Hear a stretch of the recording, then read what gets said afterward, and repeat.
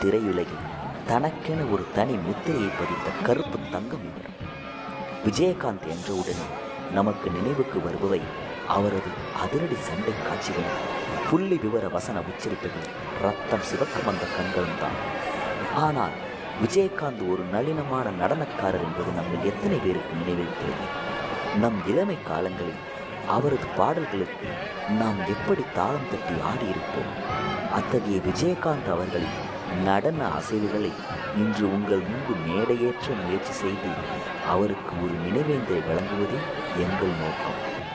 வாருங்கள், விஜயகாந்த் அவர்களை நினைவு கூறுவோம், அவருக்கு ஒரு நினைவேந்தலை வழங்குவோம்.